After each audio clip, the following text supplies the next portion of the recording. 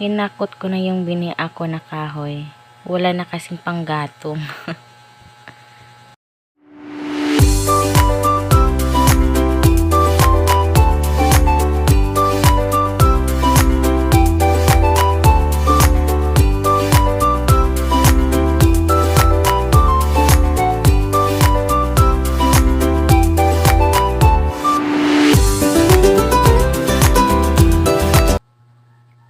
Hello beautiful people! This is Aisel. Welcome to my channel.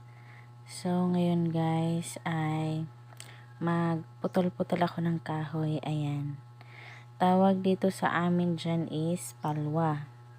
Ano yan ang lubi guys. Tapos pinutol-putol ko yan kasi wala na kaming panggatong. Naubusan na kami ng panggatong. Kaya ayan. Tapos tulog din yung bata. Ayan. Kasi nag-ano na. Kasi naubusan na. Ayan. Yan yung ano guys. Yan yung ano panggatong dito sa probinsya. Ayan. Yan yung madali lang. Madali lang ano. Yung ulo ng palwa guys ay ano, siniparate ko kasi ano, basa.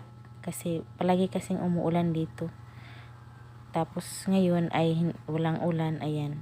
May chance na makapagputol-putol ng ano, kahoy. Ay, mahirap talaga dito sa probinsya, guys, pag wala kang panggatong na ganyan. Kasi ano walang gasol. May gasol kami, wala namang laman kasi walang pera na pang refill sa gasol. Kaya ayun. Tiis-tiis na lang sa ganyan. Pero marami lang naman yan dito guys. Anong tawag dun? Yung tawag, sacrifice ka lang pag kukuha ka lang ng mga ganyan. Tapos sa gilid.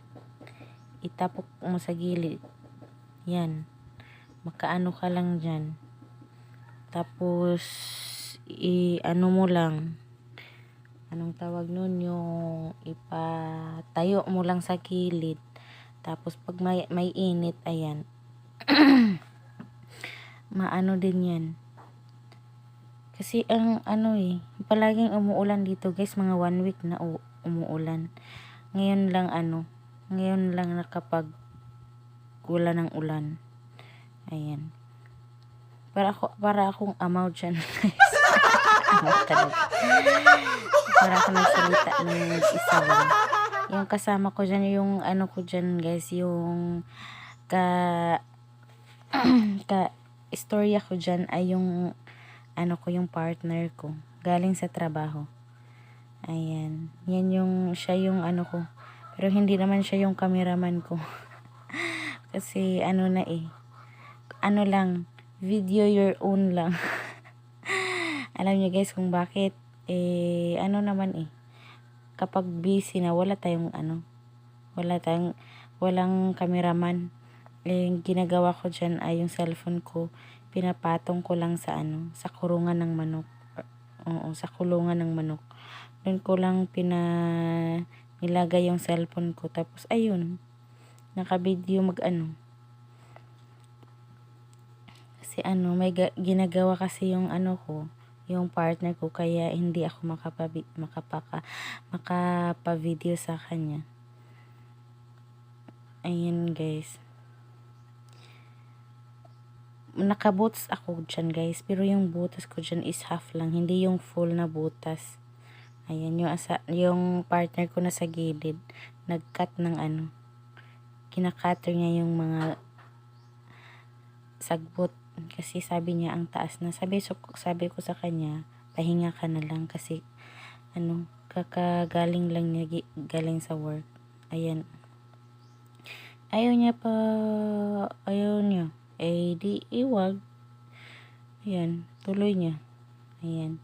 Nilinisan ko na yung palwa na yan guys. Kasi hilaw pa yan. Ipapatayo ko lang yan sa gilid. Ayan.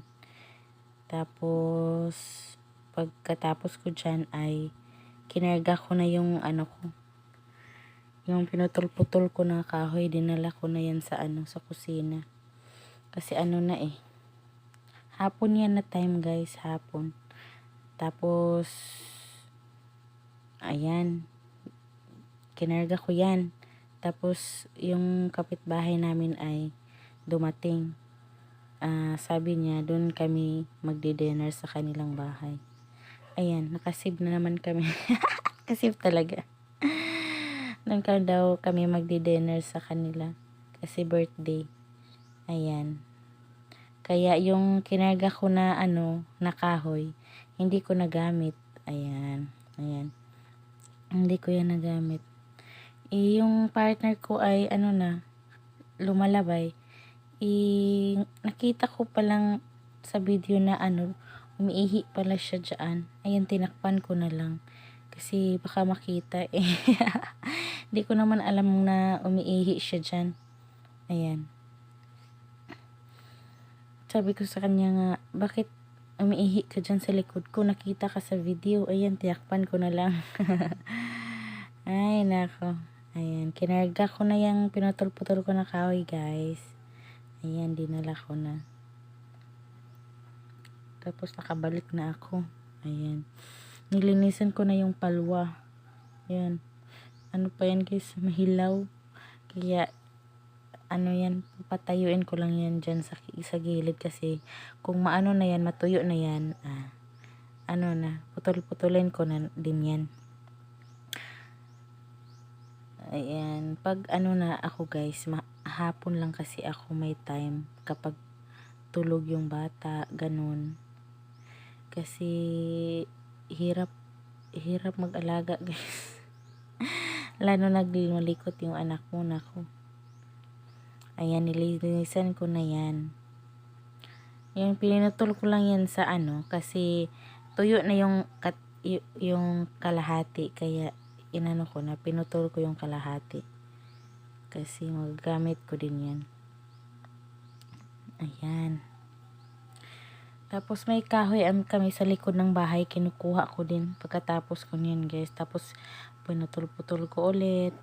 Kahit lang, kahit maliliit lang na kahoy, kinuha ko kasi sayang eh.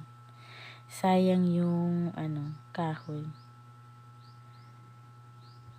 Kasi anong tawag doon, yung hahanap-hanap ka ng ganyan, palaging hahanapin, hanap-hanap kita agoy, hanap oroy.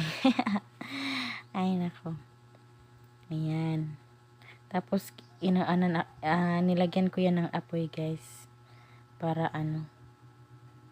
para malinis, para din yung mga ng aso ay para mawala yung lamok. Kasi pag hapon dito guys, maraming lamok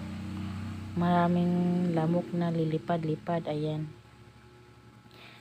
so nilagyan ko yan ng apoy para yung yung usok, so yung usok papasok sa bahay, tapos yung mga lamok ay lalayas yung mga lamok. Ayan, tuloy-tuloy ko lang yan guys, ganyan. Tapos pag 3 linggo na kasi kami guys, walang hindi nakapagkuha ng mga kahoy. Kaya konti lang yung kahoy ko dyan pinatayo. Kasi hirap pag busy ka, nako. Mahirap talaga pag ikaw na charge sa kusina, tapos yung mga yung mga wala kang kahoy na panggatong. Ay nako, sobrang hirap. Kahit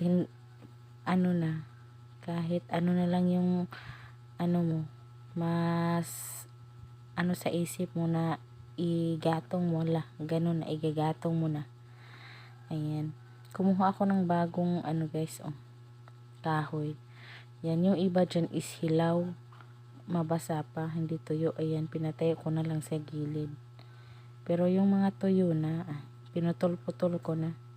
Kasi dadalhin ko sa loob. Ayan, maliliit lang yan guys. Kasi yan, kahoy lang yan na na natumba sa bagyo nung malakas na ulan. Ayan. Tawa ako ng tawa para akong dyan. Para akong anong tawag doon? Sira. Ay nako, ayan. Pinatayo ko yan. Pag matuyo na yan sila, ayan. Yan na anuhin ko na din yan. Putol-putulin ko na din yan. Or, na. Ayan.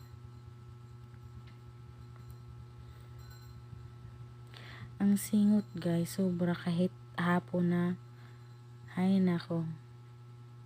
Basa sa singot ako diyan. Hindi naman yung ginagamit ko sundang. Yung gamit ko ay dyan is, ang tawag nila dyan dito is lading. Yung pang ng tubo. Kasi yung sundang namin nasira. Sira yung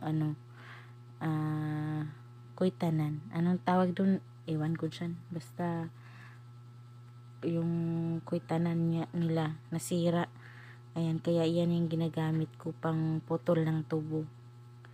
Yun lang yung dito yung available.